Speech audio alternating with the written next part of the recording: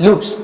Programming के दौरान अक्सर आपको ज़रूरत पड़ती है कि आपको किसी एक टास्क को रिपीटेटिवली परफॉर्म करना होता है।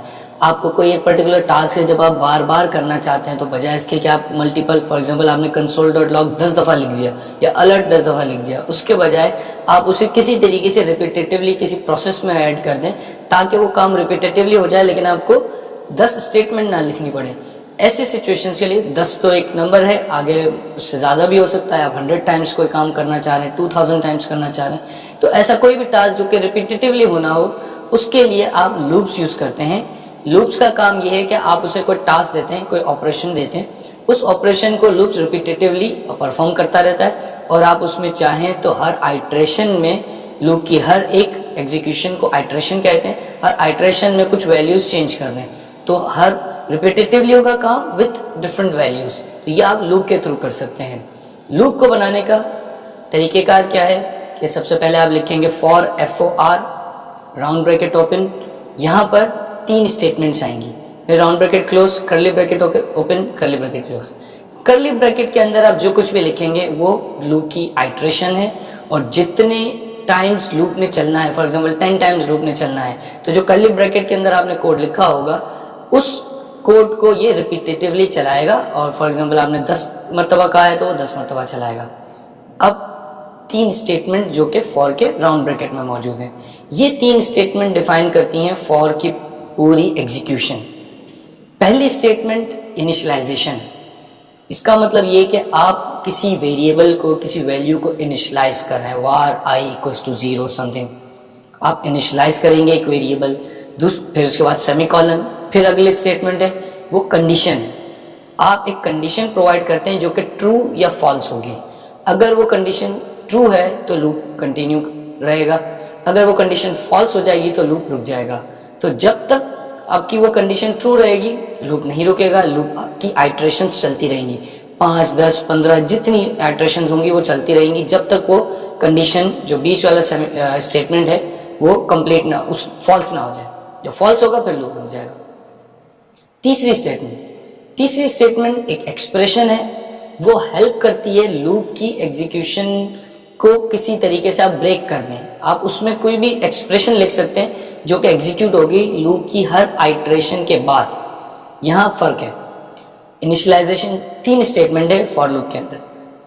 पहली इनिशियलाइजेशन जब लूप पहली दफ़ा चलेगा, पहली दफ़ा जब आपका इंटरप्रेटर लूप पे पहुंचेगा तब वो इनिशियलाइजेशन होगी। कंडीशन हर आइट्रेशन से पहले चलती है और एक्सप्रेशन हर आइट्रेशन के बाद चलती है। तो पहला लूप चला, पहली आइट्रेशन आपके करली ब्रैकेट्स की जो बॉडी है वो चलेगी, उसके बाद ये एक्सप्रेशन चलेगी। तो इस एक्सप्रेशन को यूज़ किया जाता है कुछ चेंज करने में, कुछ वैल्यूज़ को चेंज करने में, आपका इनिशियल जो वेरिएबल है उसको चेंज करने में, ताकि आपकी कंडीशन जो सेकंड आपका जो ऑपरेटर है फॉर लूप के अंदर जो सेकंड स्टेटमेंट है उसमें कोई ऐसा चेंज आए कि वो फॉल्स हो जाए। तो जब तक वो ट्रू रहेगा तब तक वो चलता रहेगा। तो ये 3 स्टेटमेंट्स हैं, इनकी बेस पे आपका पूरा फॉर लूप डिपेंड कर रहा होता है और एग्जीक्यूट होता है।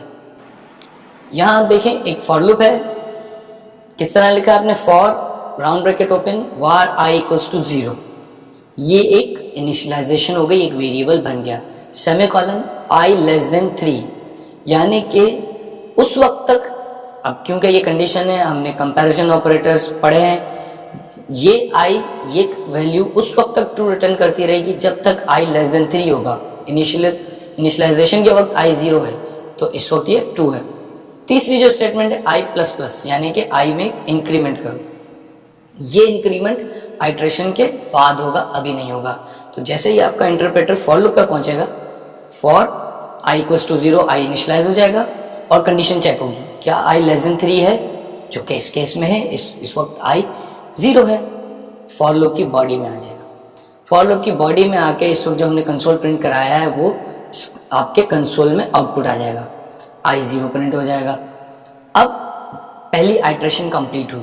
इस वक्त क्योंकि एक ही लाइन है, जनरली जब आप प्रोफेशनल प्रोग्रामिंग कर रहे होंगे तो मल्टीपल लाइंस ऑफ कोड होगा, लेकिन हम क्योंकि लूप पहली दफ़ा पढ़ रहे हैं तो एक ही स्टेटमेंट है।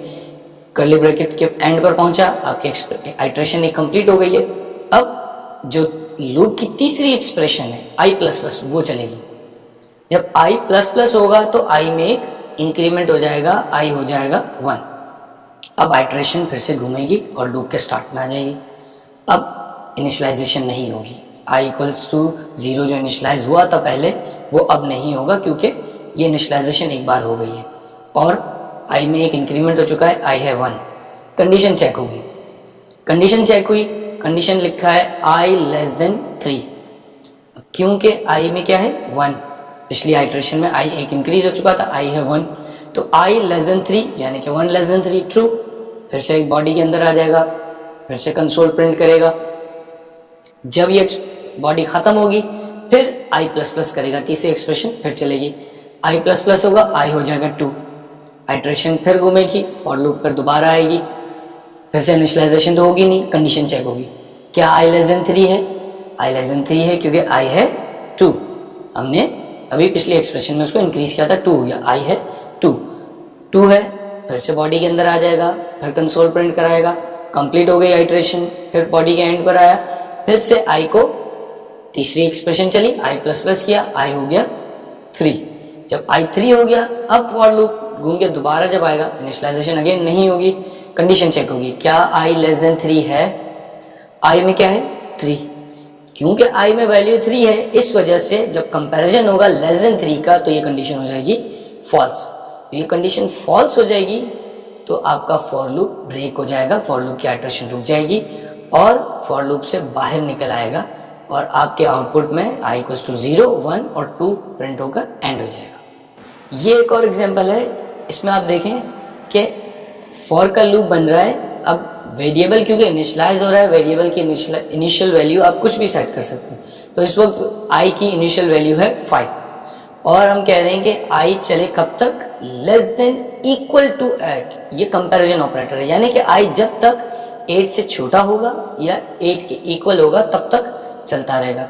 अगेन वही पूरा प्रोसेस चलेगा, i equals to 5, i less than 8 definitely है, अंदर आ जाएगा, आई प्रिंट करेगा, 5 प्रिंट होगा, फिर आई में प्लस होगा, लूप के ऑपरेशन फिर स्टार्ट पे जाएगा, लेस देन 8 है क्योंकि 6 है, आएगा 6 प्रिंट करेगा, आइट्रेशन के एंड पर आएगा 7, आई इंक्रीज हो जाएगा, आई प्लस 7 हो जाएगा, फिर आइट्रेशन चेक करने आएगा, क्या लेस देन 8 है, 7 है, लेस देन 8 है, फिर आके 7 प्रिंट कर देगा, फिर आइट्रेशन के एंड में आएगा, इंक्रीज करेगा, 8 हो जाएगा, फिर लूप घूम कर ऊपर जाएगा, आई लेस देन इक्वल टू 8, तो इक्वल टू 8 है, लेस देन नहीं है लेकिन इक्वल टू 8 है, अगेन ट्रू है, अंदर आएगा 8 प्रिंट करेगा, अब आइट्रेशन के एंड पर आएगा, प्लस प्लस करेगा, आई हो जाएगा 9, अब जब घूमकर वापस आएगा तो आपकी ऑपरेशन में फॉल्स हो जाएगी कंडीशन, क्योंकि i less than equal to 8 check हो रहा है जबकि आई हो चुका है 9, इसी कंडीशन फॉल्स हो जाएगी और ये भी ब्रेक हो जाएगा लूप। इस तरीके से 5, 6, 7 और